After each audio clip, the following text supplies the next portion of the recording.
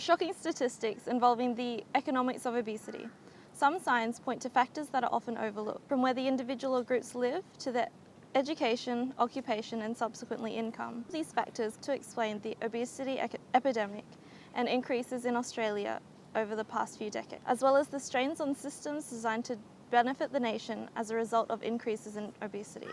In economics, it is accepted that the lowest income earners will spend a proportionately greater sum of their total income on food and necessities. Evidence of this was demonstrated through the Households Expenditure Survey conducted by the Australian Bureau of Statistics in 2003 to 2004. It showed that the lowest income earners spent 20% of their disposable income on food and non-alcoholic beverages, compared to the highest income earners who spent closer to 15%. Therefore, these individuals tend to opt for the lower cost, high value food alternatives, as marginal cost is greater than marginal benefit for the healthier alternatives. A study conducted by Dranowski and Spector showed a link between energy-dense foods, which contain refined grains and added sugars and fat, and obesity in lower-income households. Due to the energy-dense foods being a lower-cost option in comparison to fresh produce, lower-income earners tend to gravitate towards these options. Some people have taken extreme stances on the impact of income on obesity. This UK woman, currently unemployed and on benefits, says that it's not easy being overweight and on benefit and wants more money from the government to help her diet. Some may argue corporations have caused this by selling larger quantities of energy-dense foods at lower cost, as they are able to be mass-produced unlike fresh produce. Others argue they are acting as a result of lower income earners being unable to afford the alternatives and are capitalising on this and fueling an addiction for consuming packaged foods versus fresh fruit and vegetables. The same trend can be seen when comparing individuals from major cities in Australia to those living in regional areas. People living in regional parts of Australia were seen to be 5 to 10% more likely to be overweight or obese than those living in major cities. Groups living in major cities tend to be higher income earners through increased opportunities in education and careers as compared to regional areas. Through surveys conducted by the ABS, it has been shown that those holding qualifications such as Certificate 4 and those with no non-school qualifications were 10% more likely to be overweight or obese than those with higher education. More educated individuals are more aware of the health consequences of consuming energy-dense foods versus those who aren't aware of the consequences. Alternatively, higher educated households gain access to greater career opportunities through their education and in turn make way for higher incomes. Changes in the nature of the workforce may have also played a role in the increase of obesity in Australia. In the past, work was physically strenuous. However, nowadays, most work is either at a desk or a computer screen. Full-time and part-time workers are more likely to be overweight or obese than those that are unemployed. This could be explained through the nature of the work done by these individuals, as well as the increasingly sedentary nature of leisurely activities. This change in the nature of work can be seen in the comparison of overweight or obese concentrations to occupation. The workers who fulfill a role that is mainly sitting are 20% more likely to be obese than sales workers. Obese individuals are almost 10% more likely to have a health checkup with a GP than normal weight to overweight people. This creates a strain on healthcare systems as well as a societal strain through taxes. Obesity in Australia is a growing concern, both in a social and economic sense. But what we don't know is how to minimise it, as there is no simple solution. Policy to reduce obesity based on classic economic theory is a fat tax, which aims to discourage the consumption of unhealthy foods through increasing the price of highly saturated fatty foods, recognised as the primary cause of obesity.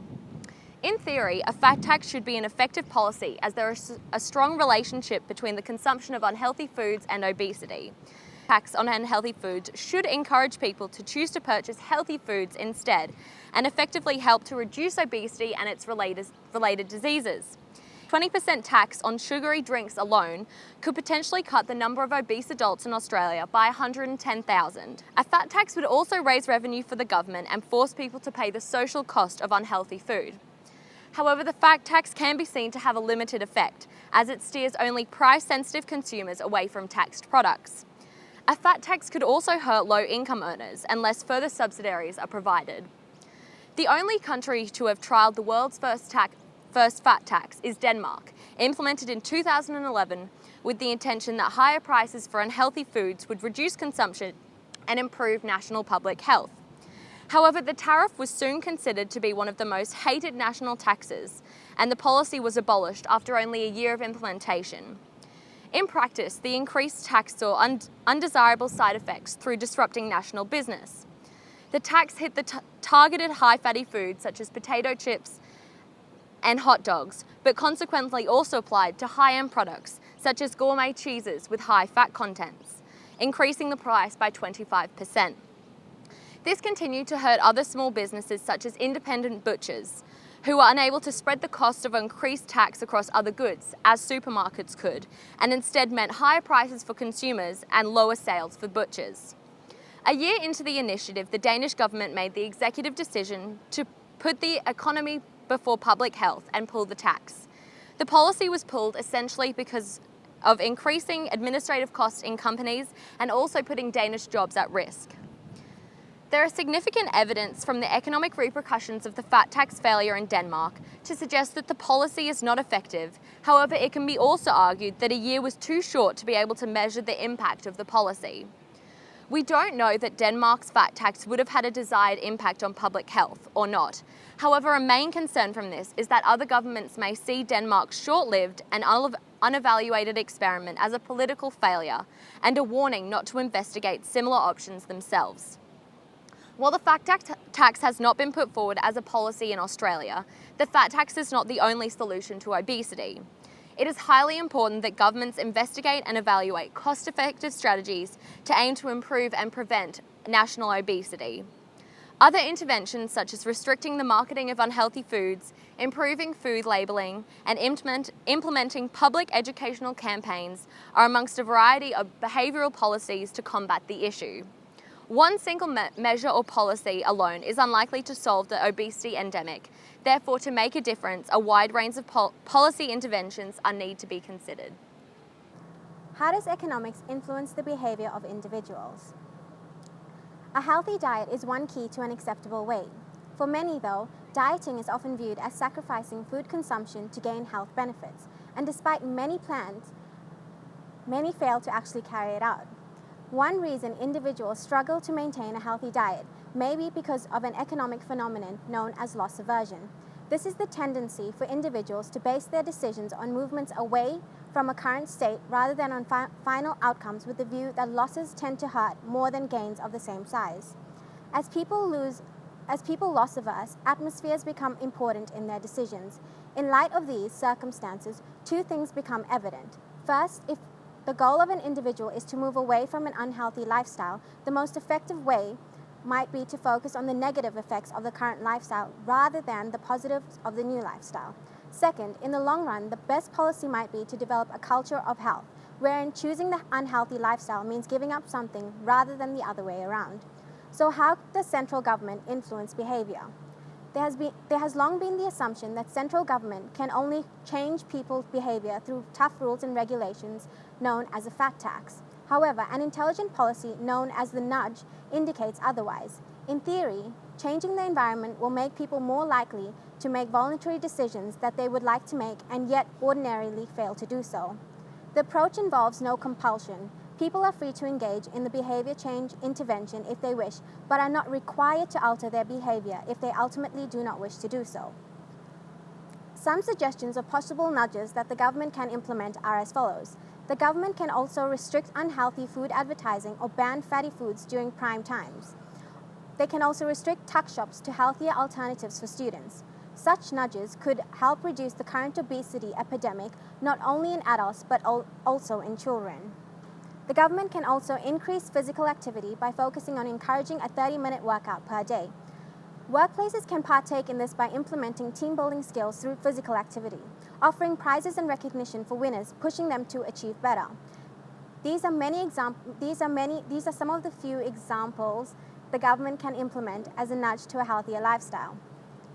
Like any economic theory, however, this too has limits. There is no economist who will completely agree that the nudge on its own will provide an effective long-term remedy to obesity.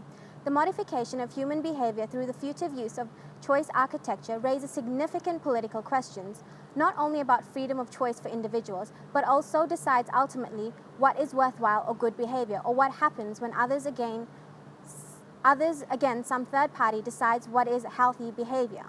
This type of government intervention will have to be accompanied by government subsidies to encourage consumer behavior, because at the end of the day, consumers still have a choice to the products they buy and consume. When comparing Australia with another overseas country such as the UK, we can find out that a Healthy Start scheme was a government subsidy implemented in the UK to low-income earners, consisting of vouchers that could ultimately be spent on healthier food. This suggests that vouchers provide strong economic incentives to increase spending on these items for those who spend less than the value of vouchers on fruit and vegetables, if given an equivalent to receiving cash benefits. Any increase in spending on the targeted goods would arise only through an income effect. The scheme had a number of nudge elements. The most important of these is the fact that the vouchers were given a prescriptive label, Healthy Start. Alongside and likely reinforcing this labeling effect, health professionals provided information on the importance of a healthy diet. Previous studies have found evidence that labeling income affects the way it is spent in the absence of formal restrictions on spending. It has been argued that attaching labels affects the salience of different goods and can change demand even in the absence of formal incentives. Therefore, adopting a mechanism like that of the UK, the Australian government can successfully combat obesity through nudges and government subsidies.